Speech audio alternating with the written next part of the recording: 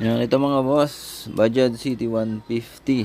So, kalimitan talaga mga boss, ang problema ng CT150, CT125 ay yung kanyang needle bearing. So, sa needle bearing mga boss, ito nakababa na. Ang mga nadadamay sa kanya ay yung shaft transmission input. So, ayan, ukit na yung kanya shaft transmission input. Gawa ng matagal na raw na umuugong. So, ang pinagmulan nito mga boss ay itong clutch hub, nagpuputik. Yan, naukit. Ang natanggal nating langis dito ay parang pulasi na or parang pusit na. Ayun, durog yung bearing.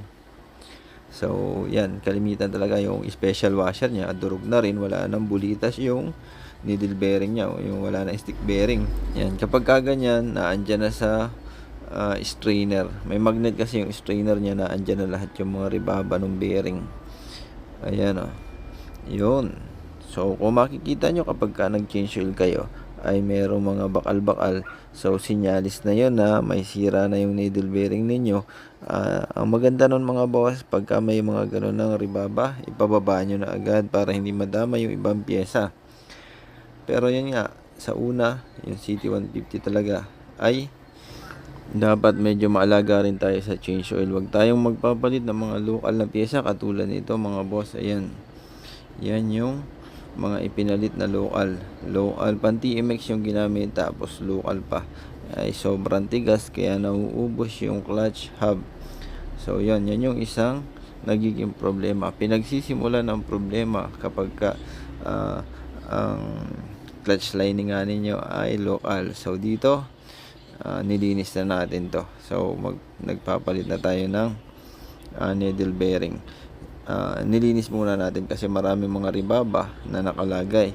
At yun, kapag ka hindi nilinis, kailangan malinis talaga mga boss. Ngayon, ito na yung bago na na shaft transmission.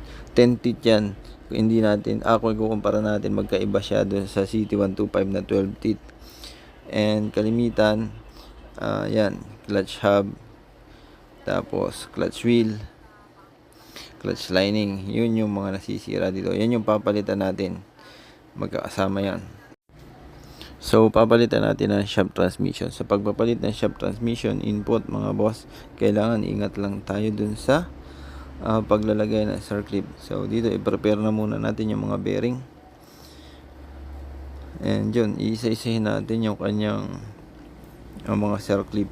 Sa circlip, minsan binabalik natin yung dati kasi walang available. Kapag ka nagbalik tayo, kailangan siguradong mahigpit yung circlip pagbabalik natin kasi yan ay tumatalon. Yun, kailangan sigurado nakalagay doon sa groove yung kanyang circlip. Dito sa mga ganitong Bajaj, mas maganda talaga nagpapalit din ng circlip. Problema, medyo hindi available yan. Kaya, ang binabalik ko dyan ay yung dati. Kaya lang, pag binalik yung dati, ang gagawin, ipitin nyo lang, pasisikipin nyo lang uli ng long nose or ng pliers para pagbalik ay okay na. So, ayun. At isa pang importante ginagawa natin dito, nagkakaroon tayo ng modification dun sa oil passage niya para masuplayan natin ng direct na langis papunta ron sa needle bearing. Kasi kung pag-aaralan nyo to mga boss, itong sa CT125, CT150, walang direct na langis na pumupunta dun sa needle bearing. May mga video na tayo niyan mga boss na ginagawa natin para masuplayan nga ng direkta para hindi nasisira agad. Kasi ang kinakasira lang naman talaga ng needle bearing ay yung kulang dun sa lubrication. Mga chance na langis lang yung pumupunta dun sa needle bearing, kaya nagkakaroon ng nasisira yung needle bearing hanggang sa tumagal, madudurog na, tapos madadamay na nga itong pinalitan natin na shaft transmission. And yun, doon sa mga bearing naman, 6203, pinapalitan na rin natin yan. Kasi yan nga yung kalimitang nasisira. Pag umalog yung needle bearing, kasama na yung 6203 na bearing. Tapos yan, special washer. Sa special washer, ang ginamit natin yung pan CT100 kasi walang available na pang CT125. So, parehas lang naman yan. Tapos, ang ginagamit natin na bearing naman doon sa may shaft transmission output ay yung merong cover. Tinatanggal lang natin yung cover doon sa kabila para iwas na rin sa pagtagas. And dito naman sa may shaft transmission input, pinalitan na rin natin ang 6203 na bearing. So ayan na, magkakabit na tayo ng transmission. Yan, sa kasunod ay yung crankshaft assembly. Yan, nakakabit na mga boss. Tapos yun, at kasunod yan, kailangan bago rin yung center gasket. I-lubricate lang muna natin bago natin takipan.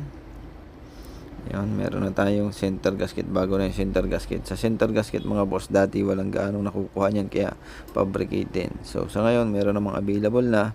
And ayan, swabe na yan pagbuo.